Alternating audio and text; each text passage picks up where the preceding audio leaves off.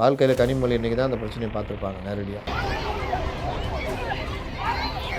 எல்லாத்தையும் பேசி தீர்த்துட்டேன், நீங்கள் வாங்க ஜாலியாக வந்து பார்த்துட்டு இவைகள் தடுக்கப்பட வேண்டும், இதற்கு நான் மிகவும் வருந்துகிறேன் அப்படின்னு சொல்லிட்டு போயிடுங்க அப்படின்னு சொல்லியிருப்பாங்க. போனவன சுற்று போட்டாங்க. கலைஞருடைய மகள் ஒரு எம்பின்றதுனால அந்த மரியாதை இன்னும் இதெல்லாம் தொடர்ந்துன்னா நான் ஓட விட்டுறேன். நீங்கள் பாருங்கள், எலெக்ஷன் ஆரம்பித்தோன்னே எத்தனை எம்எல்ஏக்கள் விரட்டி அடிக்கப்படுவார்கள் பாருங்கள். என்னைக்கு தேர்தல் அறிவிப்பு வருது? 16. தேர்தல் அறிவிப்பு வந்த உடனே கொடியை கழட்டிடணும். ஒரு பவரும் கிடையாது. அப்போ இந்த கவர்மெண்ட் எத்தனை நாள் உயிர் இருக்குது? 4 நாள் உயிரோடுங்கிற ஒரு கவர்மெண்ட்டுக்கிட்ட போயிட்டு சாதி வாரி கணக்கெடுப்பு நடத்துன்னு எவனா போராட்டம் நடத்துவாங்க? அறிவே இல்லாதவங்களும் நடத்த மாட்டான். இவர்கள் நடத்துகிறார்கள். 15ஆம் தேதி கூப்பிட்டுருக்காரு சித்தப்பா. பேருக்கு தான் அது சிபிஐ சம்மன். என்ன கேட்டால் நான் ரசா என்ன சொல்கிறேன், கடைசியாக கேட்குறேன், நாளைக்கு அறிவிக்க போகிறாங்க டேட்டு. முட்டை பாறையிட்ட போதுன்னா என்ன கதையோ உனக்கே தெரியும். எங்ககிட்ட வந்தேன்னா ரொம்ப பெட்டரு, அவங்க கூட போயிடலாம். சொல்கிறேன், திமுக அதிமுகவுக்கு பிறகு அதிக பூத் கமிட்டி உறுப்பினர் வச்சுருக்க ஒரே கட்சி பாஜக தான். 66,000 பேர் வச்சுக்கிறாங்க. தாவே கேட்டால் கூட கிடையாது. இவங்க பூத் கமிட்டி உருட்டாங்கல்ல, எல்லாம் ஃபேக்கு. வேட்பாளர் பல இடங்களில் கிடைக்க மாட்டாங்க. பல இடங்களில் டிஎம்கேவை செட் பண்ணி அனுப்பும். பல இடங்களில் டிஎம்கே விலைக்கு வாங்கிடும். ஜான் ஆரோக்கியசாமி வந்து அவர் தேவைக்கால இருந்தாலும் அவருடைய எண்ணமெல்லாம் அண்ணன் சீமான் மேலே தான். எதனால சார்? சீமான் ஆதரவாளர். தேவைக்காவையும் நாம் தமிழர் கட்சியும் ஒன்றிணைக்கிறதுக்கெல்லாம் ட்ரை பண்ணார். இவர் கூட்டணி கட்சி எல்லாரையும் காலி பண்ணிட்டார். மதிமுக ஒரு சீட்டு. இந்த ஒரு மானங்கட்ட வாழ்க்கை வாழ்ந்துருக்கிறாரு. தான் இன்னைக்கு மதிமுக. இன்றைக்கி இடதுசாரிகளோ யாரும் வெளியே போக முடியாது. திரும்ப நினச்சா கூட வெளியே போக முடியாது. போனார்னா நீங்கள் மட்டும் போயிட்டு வான்னு அனுப்பிச்சி விட்ருவாங்க. கட்சி அவங்க கையில் இருக்குது. அவர்களை வேறு வேறு வகைகளில் சரி பண்ணி சீட்டை குறைச்சி தன் கைக்குள்ளே வச்சுக்கிட்டு இருக்குது திமுக.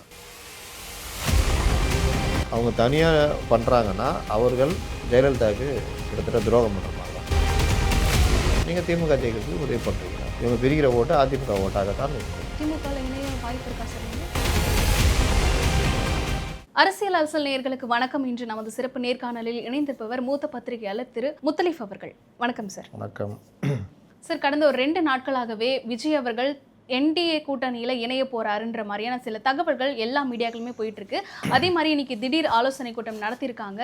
என்டிஏ கூட்டணியில் விஜய் போக வாய்ப்பு இருக்கா சார்? விஜய் வந்து கட்சி ஆரம்பித்ததுலேருந்து அவர் கட்சியுடைய உட்கட்டமைப்பில் பெரிய பிரச்சனை இருக்குது. Okay sir. அப்போ அவங்க ஒரு பெரிய நம்பிக்கையில் இருந்தாங்க, நம்ம வந்து முதலமைச்சர் ஆகிடுவோம், மக்கள் ஓட்டு போட்டுருவாங்க, அது பண்ணுவாங்கன்னு.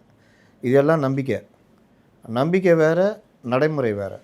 அப்போ நடைமுறைன்னு எப்போ பார்க்குறாங்கன்னா இப்போ தான் பார்க்குறாங்க. இப்போ இவ்வளோ நாளாக இவர் நம்பிக்கையில் அதில் ஓட்டியிருந்தார். இப்போ அந்த கரூர் சம்பவத்துக்கு முன்னாடி வரைக்கும் ரொம்ப ஓவர் கான்ஃபிடென்ட்டில் இருந்தார். ஸ்டாலின் முதல்வரெல்லாம் கிண்டல் பண்ணுறது இதெல்லாம். கரூர் சம்பவத்துக்கு அப்புறம் அவருக்கு சில உண்மைகள் புரியுது. நம்முடைய ஆஃபீஸ் பேரர்ஸ் நிர்வாகிகள் உடைய ஸ்டஃப்பு வந்து அந்தளவுக்கு இல்லைன்னு தெரியுது. தலைமறைவு அவரெல்லாம் பார்த்தோன்னா இவர் அப்போ தான் ஃபஸ்ட் டைம் என்டிஏ கிட்ட பேசுகிறார். இவரே பேசுகிறார். ஆமாம், இவர் உதவி கேட்குறாரு அவங்கள்ட்ட. எனக்கு கோர்ட்டு பிரச்சனையில் எனக்கு இது பண்ணி கொடுங்க, பெரிய பிரச்சனையாக டிஎம்கே பண்ணுறாங்கன்னு. அதற்கு பிறகு தான் நீங்கள் பார்த்தீங்கன்னா ஏடிஎம்கேலாம் பெரிய சப்போர்ட் பண்ணிச்சு இவருக்கு. ஏடிஎம்கே பிஜேபிலாம். ஆமாம் சார். இவர் ஒரு 2-3 தடவை பேச்சுவார்த்தைலாம் தொடர்ந்துட்டு இருந்தது. அவங்களும் அப்போ சொன்னது, நீங்கள் தனியாக கட்சி ஆரம்பித்தாலும் நீங்கள் அவ்வளோ நம்பிக்கையில் இருந்தாலும் ஆனால் நடைமுறை அது இல்லைங்க, நீங்கள் நம்ம கூட்டணிக்கு வாங்க. இல்லைங்க நான் வந்து பாசிச பாஜக அதெல்லாம் சொல்லிட்டேன்.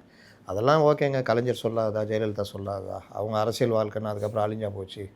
இன்னொன்று பாஜக பற்றின பார்வை தமிழ்நாட்டில் வேறையாக இருக்குங்க, அவங்க சொல்கிற மாதிரிலாம் இல்லை, அதை பற்றிலாம் கவலைப்படாமல் இறங்குங்க, கரெக்டாக இருக்கும், உங்களுக்கு நல்லது நடக்கும் அப்படின்னு. ஈவன் பல பெரிய விஷயங்கள், பல விஷயங்கள்லாம் பேசியிருக்காங்க, நிதி உதவி உட்பட. அப்போல்லாம் அப்படியே ஓகேன்னு சொல்லி அப்படியே இழுத்தோன்னா திமுக உஷாராகி ஸ்லீப்பர் செல்லில் உள்ளே கொஞ்சம் தூண்டி விட்டோன்னா ஸ்லீப்பர் செல்லு இறங்கி விஜய்கிட்ட மறுபடியும் ஒரு குழப்பத்தை ஏற்படுத்தினோன்னா அதான் 40% 50% உருட்டினாங்கல்ல, மறுபடியும் அவர் பல்ட்டி அடிக்காமல். அவருக்கு குழப்பமான மனநிலை தான் விஜய்க்கு. அவருக்கு ஒரு தெளிவான இதெல்லாம் கிடையாது எப்போவுமே. முதல்ல பொலிட்டிக்கல் தெரிஞ்சால் தானே இதெல்லாம் எடுக்கிறதுக்கு முடிவு தெரியும். அதுக்கு பிறகு ஸ்லீப்பர் செல்லை வச்சு காங்கிரஸை உள்ளே கொண்டு வரலான்ட்டு ராகுல் காந்தி எல்லாம் பேசி இந்த இவர் பிரவீன் சக்கரவர்த்தி பேசுனது எல்லாம் காங்கிரஸ்கிட்ட இதாக ஆரம்பித்தோன்னா இங்கே கட் பண்ணி விட்டு காங்கிரஸ்கிட்ட பேச ஆரம்பித்தாங்க. Okay sir. காங்கிரஸ் கூட பேச்சுவார்த்தை அதையும் ஒரு ஸ்ட்ராங்காக பண்ண தெரில. அது ஸ்ட்ராங்காக பண்ண என்ன பண்ணிங்கன்னா விஜய் சோனியா காந்தி வரைக்கும் பேசியிருக்கணும். இவர் இங்கே உள்ளே உட்காந்துக்கிறது, வெளியே வரதில்லை. 2ஆம் கட்ட தலைவர்கள் என்ன நாலேஜ் என்ன இது இருக்குது. அப்போ அதுவும் டக்குன்னு திமுக உஷாராகி காங்கிரஸ் விட்டுட்டா நம்ம கதி அதோ கதின்னு சிதம்பரத்தை பிடிச்சி சோனியா இது பண்ணி ராகுலை ஓரம் கட்டி அவங்க கூட்டணியில் கொண்டு வந்துட்டாங்க. அவங்க கூட்டணியை உறுதிப்படுத்திக்கிட்டாங்க. அதுலேயும் ஃபெயிலியர். சரி ரைட்டு, எப்பா நீங்களாம் சொன்னீங்களே 45% 55%, சரி நம்ம தனியாகவே நிற்போம் அப்படின்ட்டு வேறு சின்ன கட்சி கூட வரல. ஓகே. இருந்த ஒரு துக்கடா கட்சியும் ஓடி போயிடுச்சு. ஆமாம் சார். அவங்க ஒரு 8 பேர் வந்தாங்கன்னு நினைக்கிறேன் அந்த கட்சியில். ஆமாம் சார். அப்போ இவர் என்ன தான் பண்ணுறதுன்னு யோசிச்சுட்டு இருக்கிற நேரத்தில் தான் வேட்பாளர் தேர்வு, நேர்காணல்னு. நேர்காணல் எவனுமே வரல. அதாவது விருப்பம் மனு வாங்கிட்டு போனவங்களாம் எவனுமே கொடுக்கலன்னா என்ன, நான் 10,000 ரூபாய் கொடுக்கறதுக்கு அளவுக்கு கெப்பாசிட்டி யார்கிட்டுமே இல்லை. ரெண்டாவது இவங்க கேட்குற தொகை 2 கோடி ஒயிட்டில் கட்சிக்கு நிதியாக கொடுக்கணும்னு. அந்த மாதிரி கொடுக்குறதுக்கு கட்சியில் எல்லாம் பாவம் இயக்க வேலை செஞ்சு மன்ற வேலை பார்த்து டெய்லி வேஜஸ் இந்த மாதிரி தினக்கூலிகள் இந்த மாதிரி இருக்கிறவங்க தான் மாவட்ட செயலாளர். கொஞ்சம் பேர் மட்டும்தான் அங்கங்கேருந்து வந்தவங்க கொஞ்சம் பணக்காரன் மாவட்ட செயலாகிறாங்க. மற்றபடி விஜய் கட்சியில் பெரிய அளவுக்கு ஸ்டஃப் உள்ள மாவட்ட செயலர் கிடையாது. அப்போ அவர்கள் இதை நிறைவேற்ற முடியாதுன்னா அப்போ வெளியிலேருந்து ஆளை கூட்டுவா, எங்கேயாவது ஆளை பிடிச்சிட்டு வா. அப்படி பிடிச்சிட்டு வரணும்னா பெரும் பணக்காரன் இருப்பான், திமுகவில் சேர முடியாமல் அதிமுகவில் சேர்ந்து சீட்டு வாங்க முடியாதவன் வருவான். அவனுக்கும் ஜனத்துக்கு என்ன சம்மந்தம் இருக்கும், அவனுக்கும் அரசியலுக்கு என்ன சம்மந்தம் இருக்கும். அப்போ அவனை கூட்டு வந்தால் அந்த ஜனங்கள்கிட்ட அவன் பழகி அவன் அந்த தேர்தலெலாம் பலரும் வேலை முடிஞ்சிடும். சரி ஒருவேளை அவன் ஜெயிச்சிட்டான், அவன் தாவேக்கு எல்லோரும் பண்ணான் நிச்சயம். இந்த மாதிரி நடைமுறை சிக்கல்லாம் வரும்போது தான் இவருக்கு பிரச்சனை ஆகுது. அப்போ நம்ம கட்சி இன்னும் வளரலை. இதைத்தானையா இவ்வளோ நாளாக சொல்லிகிட்டு இருந்தோம். இன்ஃப்ராஸ்ட்ரக்சர் இல்லை கட்சிக்கு. அதுக்கெல்லாம் காரணம் புஷியானது விஜய் இந்த மாதிரி ஆள் தான். ஏன்னா இவங்க வந்து போராட்டம் நடத்துறது, அரசியல் படுத்துறது, தினத்தனம் அறிக்கை விடுறது, இந்த மாதிரி விஷயங்கள் அந்த இப்போ அறிக்கை விட்றாருல்ல. ஆமாம் சார். அந்த மாதிரி டெய்லி எல்லாத்துக்கும் விட்டுருக்கணும்ல. ஜாதிவாரி கணக்கெடுப்பு இந்த கவர்மெண்ட்டுக்கு எத்தனை நாள் உயிர் இருக்குது?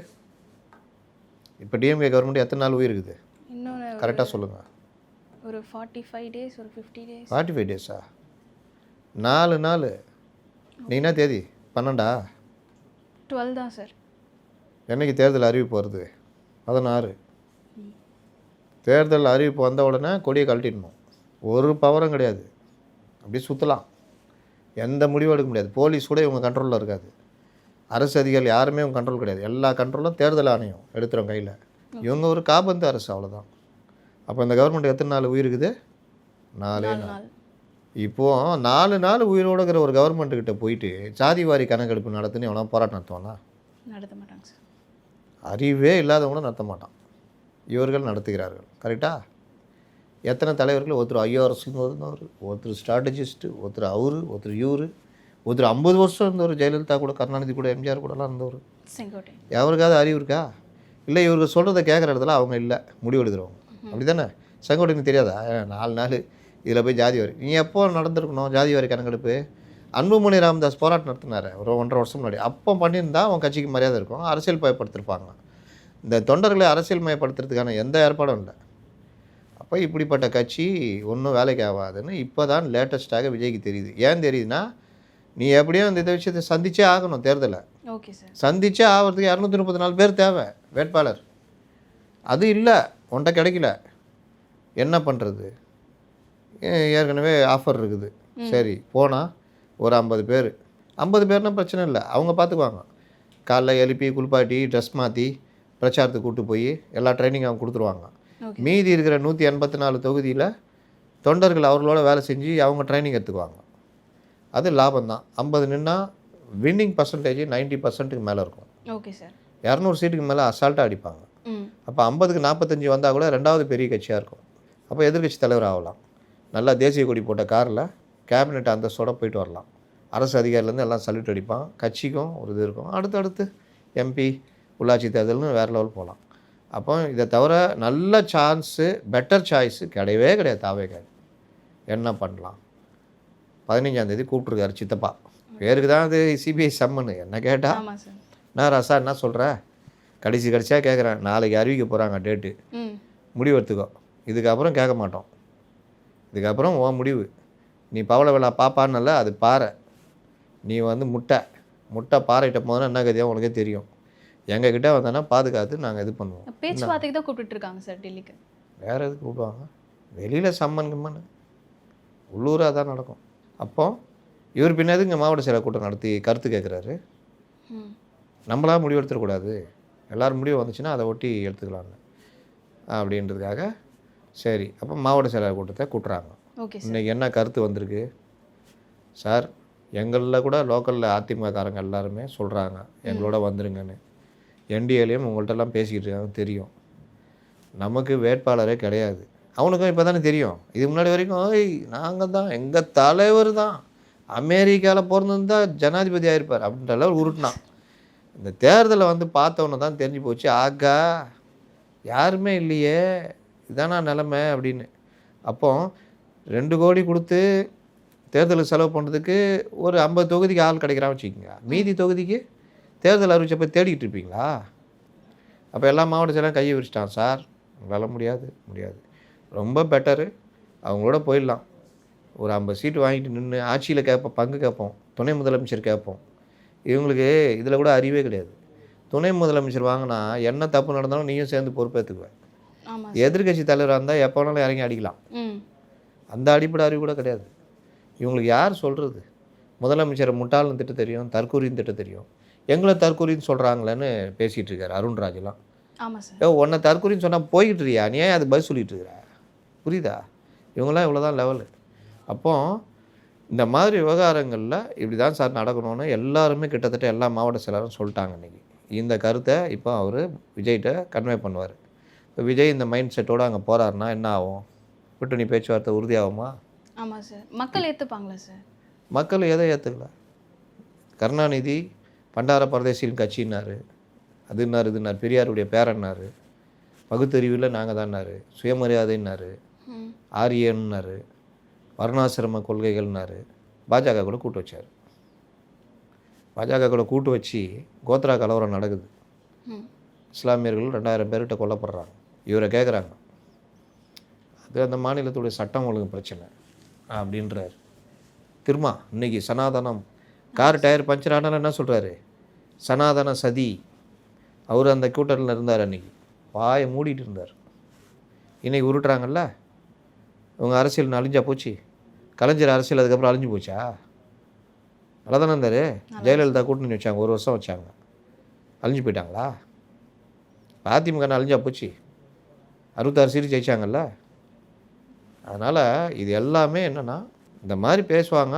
அது இன்னொன்று, பாஜக இங்கே என்ன பெரிய தீண்டத்தக்காத கட்சியாக இருக்குது? இவர் சொல்லிட்டே இருக்கிறாங்க பாஜக வந்துடும். ஏன்னா இவருடைய அரசியலுக்கு பாஜகவை எதிரியாக நிறுத்தினா தான் ஏதாவது தேர்த்திக்க முடியும், சிறுபான்மை மக்களை தேர்த்த முடியும்னு. அதெல்லாம் வந்து காலெல்லாம் மலையேறி போச்சு. பாஜக கிட்டத்தட்ட 11% நாங்கள, குறைஞ்சது 6-7% மேலே இன்றைக்கி இருக்குது பாஜக. ஒன்று சொல்கிறேன், திமுக அதிமுகவுக்கு பிறகு அதிக பூத் கமிட்டி உறுப்பினர்கள் வச்சுருக்க ஒரே கட்சி பாஜக தான். 66,000 பேர் வச்சுக்கிறாங்க. தாவே கேட்டால் கூட கிடையாது. இவங்க பூத் கமிட்டி உருட்டாங்கல்ல, எல்லாம் ஃபேக்கு, ஒன்றும் கிடையாது. அவங்க 66,000 பேர் வச்சுக்கிறாங்க. இப்போ சொல்லுங்கள், பாஜக என்ன வீக்காக இருக்குது? பாஜக தலைவர் வேணால் வீக்காக இருப்பார். நாட்டில் அவ்வளோ பிரச்சனை நடந்தும்போது திருப்பதி கோயிலுக்கு போகிறார், அண்ணாமலை உட்காந்து பதில் சொல்லிகிட்டு இருக்காரு. இதுதான் நிலமை. ஆனால் பாஜக பரவலாக ஒரு கருத்து ஸ்ட்ராங்காக இருக்கிறாங்க. அதனால் நீங்கள் இந்த விவகாரத்தில் விஜய் இந்த கருத்தெல்லாம் கேட்டு நடைமுறை யதார்த்தத்தை உணர்ந்து, சில பேருக்கு சில விஷயம் தெரியாது. Okay sir. இறங்கினா தான் தெரியும். சூடாக இருக்குடா, தொட்டுற போகிறடா, பார்த்து யூஸ் பண்ணுறான்னு சொல்லுவாங்க. எங்களுக்கு தெரியாதா அப்படின்னு போய் தொட்டு சுட்டா பிறகு தான் தெரியும். ஐயோன்னு அடுத்ததோட துணியை எடுத்துகிட்டு போய் பிடிப்போம். சொல்லும் போது ஏன் கேட்கல? ஏன் அதுக்கப்புறம் இப்போ துணி எடுத்துகிட்டு போகிற? ஏன்னா நேரடி அனுபவம் சுட்டுடுச்சு கையை. அதனால் இவங்க வந்து இனி அந்த முடிவுக்கு விஜய் நகர்வதற்கான வாய்ப்புகள் அதிகம் இருக்கிறது. அப்படி இல்லை, நாங்கள் இப்படி தான், என்ன ஆனாலும் இப்படி தான்னா அது ஒரு முட்டாள்தனமான முடிவுன்னு நான் சொல்லுவேன். நான் சொன்னால எவ்வளோ மைனஸு, இந்த மைனஸ் எல்லாம் சேர்ந்து நடக்கும். வேட்பாளர் பல இடங்களில் கிடைக்க மாட்டாங்க. பல இடங்களில் டிஎம்கேவை செட் பண்ணி அனுப்போம். ஓகே. பல இடங்களில் டிஎம்கே வேலைக்கு வாங்கிடும். பல மாவட்ட செயலர் எதுவுமே முடியாமல் கட்சி தாவல் போவோம். பல மாவட்ட செயலருக்கு பிரச்சனை இருக்கும். அந்த பிரச்சனைலாம் தீர்த்து வைக்கிறேன், நீ வா பாருவாங்க. இப்படி கட்சியை ஒரு வழி பண்ணிவிடுவாங்க. அதனால் விஜய் அநேகமாக இந்த முடிவை நோக்கி நகர்வதற்காக தான் இந்த கூட்டத்தை நடத்த சொல்லியிருக்காரு நான் நினைக்கிறேன். Okay sir. சார், திமுகவில் இப்போ அதிகப்படியான கூட்டணி கட்சிகள் இருக்குது சார். இவங்களுக்கு இப்போ சீட்டு பிரிக்கிறதே வந்து பெரிய ஒரு தலைவலியாக போயிட்டுருக்குன்ற மாதிரி போயிட்டுருக்கு. எந்தெந்த கட்சி எவ்வளோ சீட்டு சார்? எல்லாம் போங்கா இருக்குது அவங்க போங்கு. வருஷம் பூரா நாங்கள் உழைப்போம், எங்கள் பேரை எடுத்துக்குவோம். நீ என்ன பண்ணுற எல்லா அயோக்கிய தந்துக்கும் நாங்கள் முட்டு கொடுத்துட்ருப்போம். நீங்கள் உங்களுக்கு தலைவலியாக இருக்குதா? எதுக்காக இவ்வளோத்தையும் பொறுத்துட்டு இருந்தோம்? ஏதோ 2 டபுள் டிஜிட் ஒரு 10 சீட்டு கொடுப்பீங்கன்னு. நீங்கள் நேற்று வந்த அந்நியாருக்கு வந்து 8 சீட்டு 10 சீட்டுன்றீங்க. ஆமாம் சார். காலம்பூரா உழைச்சி சிலுவை சுமந்து தோள்பட்டையில் காயப்பட்ட எங்களுக்கு 5 சீட்டு 6 சீட்டுன்றீங்க. என்ன நியாயம்? தலைவலியா? ரொம்ப போகுங்க உங்களுக்கு. காங்கிரஸ் கட்சி அவ்வளோ சண்டை போட்டு எல்லாம் பண்ணால் லாஸ்ட்டில் 3 சீட்டு எக்ஸ்ட்ரா கொடுக்குறாங்க. ஆமாம் சார். அப்படி பார்த்தா காங்கிரஸுக்கு 3 சீட்டு எக்ஸ்ட்ரா கொடுக்குறாங்கன்னா 6 சீட்டு இருக்கிறவங்களுக்கு 7 சீட்டு கொடுக்கணும்ல. 6 சீட்டு இருக்கிறவங்களுக்கு 5 சீட்டுன்னா கபலீகரம் செய்து பாஜக கூட்டணி கட்சிகளன்றாரு. பாஜகவே 20 சீட்டு 25 சீட்டு தான் நிற்க போகுது. இவர் கூட்டணி கட்சி எல்லாரையும் காலி பண்ணிட்டார். மதிமுகவுக்கு எத்தனை சீட்டு? 1 சீட்டு. மதிமுகவுக்கு 4 சீட்டு. அதில் 3 உதயசூரியன், 1 மதிமுக சின்னத்தில் நிற்கலாம். அப்படின்னா என்ன அர்த்தம்? ஒரே ஒரு சீட்டு தான். இந்த ஒரு மானங்கட்ட வாழ்க்கை வாழ்ந்துன்னுக்கிறார் அவர். போர் முனையில் ஈட்டி எறியுங்கள், நான் வந்து போர்வாளாக இருப்பேன், அதே பார் ரஷ்யா வைப்பார் அமெரிக்கா பார்லாம் பேசியிருந்தார். கட்சியில் ஒரே ஒரு சீட்டு தான் இன்றைக்கி மதிமுக கதி. அப்போ மதிமுகவை ஒன்றும் இல்லாமல் ஆக்கி ஒரு சீட்டில் நிற்க வைக்கிறது தான் திமுகவுடைய சாதனை. தெரியுதா எப்படி கபலீகரம் பண்ணிட்டாங்கன்னு ஒவ்வொருத்தரையும்? Okay sir. இன்றைக்கி இடதுசாரிகளோ யாரும் வெளியே போக முடியாது. திரும்ப நினச்சா கூட வெளியே போக முடியாது. போனார்னா நீங்கள் மட்டும் போய்ட்டு வான்னு அனுப்பிச்சி விட்ருவாங்க. கட்சி அவங்க கையில் இருக்குது. அதனால் இன்றைக்கி கூட்டணி கட்சிகளை கபலீகரம் செய்து அவர்களை வேறு வகைகளில் சரி பண்ணி சீட்டை குறைச்சி தன் கைக்குள்ளே வச்சுக்கிட்டு இருக்குது திமுக. தான் நிலமை. சார், நாளுக்கு நாள் இந்த பாலியல் வன்கொடுமை, கூட்டு பாலியல் வன்கொடுமை நடந்துட்டு இருக்கு. இது வரைக்குமே அரசு அதுக்கான ஒரு தீவிர நடவடிக்கை எடுக்கல. தூத்துக்குடி நேற்று கூட ஒரு 40 பசங்க டான்ஸ் ஆடினாங்க. அது ரசித்து பார்த்தாரு. கடைசியில் அந்த பசங்க அப்படின்னாங்க. சிஎம்ஓ அப்படின்னாரு. அதான் நடவடிக்கை. கூட்டு பாலியலா? பெண் பாலியல் கொள்ளையா? 17 வயது மாணவி கொலையா? அவ்வளோதான் நடவடிக்கை. வேறு என்ன வேணும் உங்களுக்கு? சொல்லுங்கள், வேறு என்ன நடவடிக்கை வேணும்? குற்றவாளிகளுக்கு தண்டனை அதான் பிடிச்சி வாங்கி கொடுத்துட்றோம். அப்புறம் என்ன? வேறு என்ன வேணும்? சார், குற்றவாளிகளே திமுகவை சேர்ந்தவங்களா தான் சார் இருக்காங்க. இருந்துட்டு போனால் நான் அவங்கள கைது பண்ணாமல் விட்றோமா? கைது பண்ணி தான் சிறையில் அடைக்கிறோமே. அப்புறம் என்ன? சிறையில் அடைச்சா போதுமா சார்? இன்னொரு வாட்டி அந்த தப்பு நடக்கக்கூடாதுல்ல சார்? அதுக்கான நடவடிக்கை எடுக்கணும். சட்டப்படி என்ன நடவடிக்கை அதை எடுக்கிறோமே. அப்புறம் என்ன? கைது பண்ணுறோம், சிறையில் அடைக்கிறோம், தண்டனை வாங்கி தரோம். வேறு என்ன வேணும்? மக்களுக்கு பாதுகாப்பு என்ன சார்? பெண்களுக்கு பாதுகாப்பு அது எப்படிங்க? அது எப்படி கொடுக்க முடியும்? நீங்கள் தான் பாதுகாப்பாக இருந்துக்கணும். ஆட்சியில் இருக்கிறவங்க தான் சார் பாதுகாப்பு. நீங்கள் தான் பாதுகாப்பாக இருந்துக்கணும். நைட்டில் வெளியே வரக்கூடாது, தனியாக வரக்கூடாது. மது போதையில் எல்லாம் தெரிஞ்சிக்கிட்டு இருப்பான், கஞ்சா போதையில் தெரிஞ்சிக்கிட்டு இருப்பான். நீங்கள் போகும்போது பாதுகாப்பாக போகணும். தோட்டத்து வீட்டில் வசிக்கக்கூடாது. வீட்டுக்காரரை கொண்டுட்டு 60 வயதாக இருந்தாலும் அந்த பெண்ணை பாலியல் பலாத்காரம் பண்ணுவோம். பொட்டி கடை வச்சுருந்தா ஜாக்கிரதையாக இருக்கணும். இல்லாட்டி தூக்கிட்டு போய் பாலியல் பலாத்காரம் பண்ணுவோம். நீங்கள் நடந்துக்கிறதுல திருவள்ளூர்லேயே எங்கேயோ. ஆமாம் சார். அதனால் நீங்கள் தான் பார்த்து இருந்துக்கணும். நீங்கள் தான் பார்த்து ட்ரெஸ் பண்ணணும். நீங்கள் தான் பார்த்து நடக்கணும். மேக்கப் பண்ணாமல் ஒரு மாதிரி வரணும். முடிஞ்சால் கோணிக்கினி போத்திட்டு வரணும். அவன் தான் குடிச்சிருக்கான்னு தெரியுதில்ல, அவன் தான் கஞ்சா அடிச்சிருக்கான்னு தெரியுதில்ல. அப்போ நீங்கள் வெளியே வராமல் வீட்டுக்குள்ளேயே இருந்தால் பாதுகாப்பாக இருக்கலாம்ல. இப்படி சொல்லாமல் சொல்கிறாங்க. ஊரெல்லாம் மது கடைகளை திறந்து விட்டாச்சு. காலையில் பாரு, FL2 பாரு, கஞ்சா, ஃபுல்லாக போதை கலாச்சாரமாக ஆகிடுச்சு. அவன் எப்படி பார்ப்பான்? அவனுக்கு அந்த பயம் இருக்குமா? பெண்களை எப்படி பார்ப்பான்? பாலியல் பலாத்காரம் பண்ண தான் பார்ப்பான். ஒரு பையன் அவனுடைய ஃப்ரெண்டுங்க 2 பொண்ணுங்க 14 வயசு ஏற்றிட்டு பைக்கில் போகிறான். பார்த்தவொன்னே துரத்துறானுங்க. அவனும் என்னென்னவோ போக்காட்டுறான். கடைசியில் பைக்கோடு கீழே விழுந்து 3 பேருக்குமே காயம். அந்த பையன் பைக்கை தடுமாறி இது பண்ணி அந்த பொண்ணு ஒரே ஒரு பொண்ணை மட்டும் ஏற்றிக்கிட்டு எஸ்கேப் ஆகிடுறான். காயப்பட்ட எந்திக்க முடியாத ஒரு பொண்ணு மாட்டிக்குது. அதை தூக்கிட்டு போய் இரவு முழுவதும் பாலியல் பலாத்காரம் பண்ணுறாங்க. நாடா இது? இது காவல்துறை கையில் வச்சுருக்க ஒரு முதலமைச்சர். அவர் என்ன பண்ணுறாரு? பசங்களை குரூப் டான்ஸ் ஆட விட்டு வேடிக்கை பார்க்குறாரு. வெக்கமே இல்லாமல் என்னத்தை முடிச்சிங்க? பாதுகாப்பான மாநிலமா? போதை குற்றவாளிகள் கிடையவே கிடையாது. பெண்களுக்கு எதிரான குற்றம் செய்பவர்கள் கிடையவே கிடையாது. இப்படியா? என்ன நடக்குது நாட்டில்? எதிர்கட்சிகளும் சரியாகவே கேட்க மாட்டேங்குது. இன்றைக்கி அவங்க போகிறாங்க, தூத்துக்குடியில் மாட்டிக்கிட்டாங்க. கனிமொழி போனாங்க. அந்த அம்மா சொல்லியிருக்கோம், எல்லாத்தையும் பேசி தீர்த்துட்டேன், நீங்கள் வாங்க, ஜாலியாக வந்து பார்த்துட்டு இதெல்லாம் கடுமையான குற்றங்கள், இவைகள் தடுக்கப்பட வேண்டும், இதற்கு நான் மிகவும் வருந்துகிறேன் அப்படின்னு சொல்லிட்டு போயிடுங்க அப்படின்னு சொல்லியிருப்பாங்க. போனவனும் சுற்று போட்டாங்க. அதான் பண்ண முடிஞ்சதா? கேள்வி கேட்க ஸ்டார்ட் பண்ணிட்டாங்க. வாழ்க்கையில் கனிமொழி இன்றைக்கி தான் அந்த பிரச்சனையை பார்த்துருப்பாங்க நேரடியாக. ஆரம்பத்துலேருந்தே அடிச்சிட்டே இருந்தாங்க, போதை போதை போதைன்னு. அப்படிலாம் ஒன்றும் இல்லையான்னு இன்றைக்கி மாட்டிக்கினாங்க. இன்னும் நல்லா ஓட விட்ருவாங்க. இது இப்போ கலைஞருடைய மகள் ஒரு எம்பின்றதுனால அந்த மரியாதை. இன்னும் இதெல்லாம் தொடர்ந்துலாம் நான் ஓட விட்ருவோம். நீங்கள் பாருங்கள், எலெக்ஷன் ஆரம்பித்தோன்னே எத்தனை அமைச்சர்கள் தொகுதிக்குள்ளே நுழைய முடியாத நிலைமை ஏற்படும் பாருங்கள். எத்தனை எம்எல்ஏக்கள் விரட்டடிக்கப்படுவார்கள் பாருங்கள் எலெக்ஷன் ஆரம்பித்தோன்னே. ஓகே சார், இறுதியான கேள்வி. சசிகலா அவர்கள் வந்து ஒரு புதிய கட்சியை, அந்த கட்சி பேரை சொல்லுங்கள். ஆ 1000 ரூபா தரேன். அகில இந்திய புரட்சி தலைவர் மக்கள் முன்னேற்ற கழகம். நான் சொல்லிட்டேன் பார்த்தீங்களா? ஓகே. ஏன்னா அந்த கட்சியில் இருக்கிறேன், நான் உறுப்பினர். ஓகே சார், சசிகலா அவர்கள் புதிய கட்சியை தொடங்கி சின்னத்தையும் அறிவிச்சிருக்காங்க.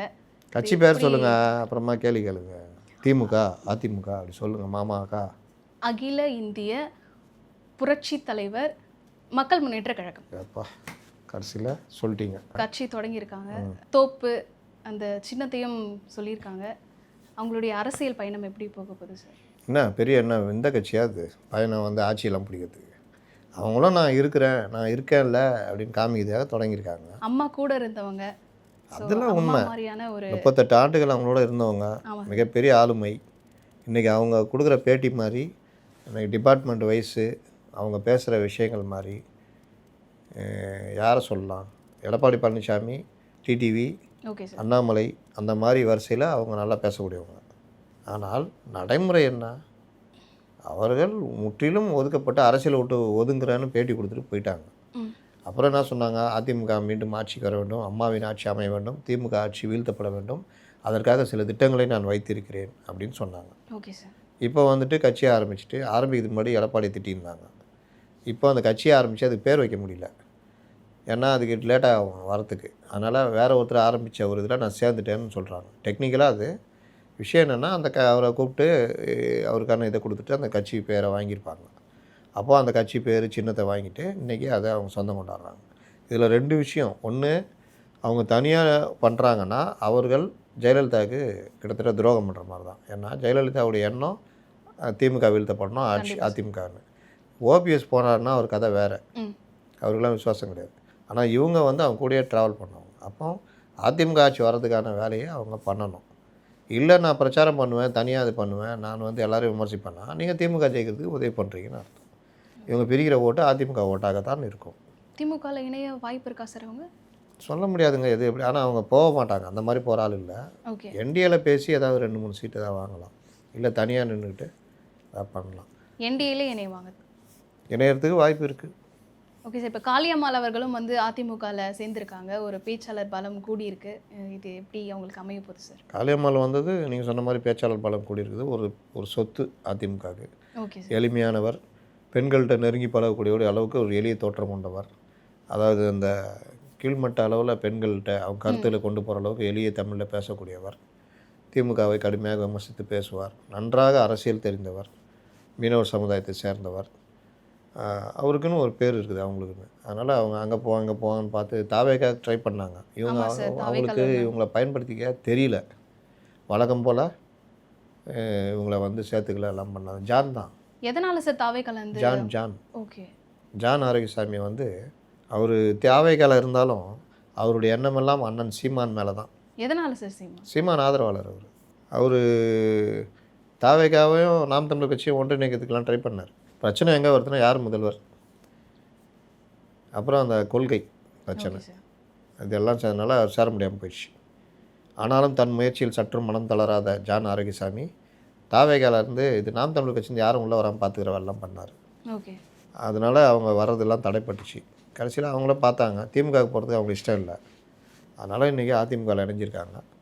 நல்லது ஒரு பயணமாக அவங்களுக்கு அமையும். அநேகமாக ஒரு ஏதாவது தொகுதி கொடுப்பாங்க, நாகப்பட்டினம் தொகுதின்னு நினைக்கிறேன், இல்லாட்டி தூத்துக்குடியில் அந்த சைடில் ஏதாவது நிற்பாங்க.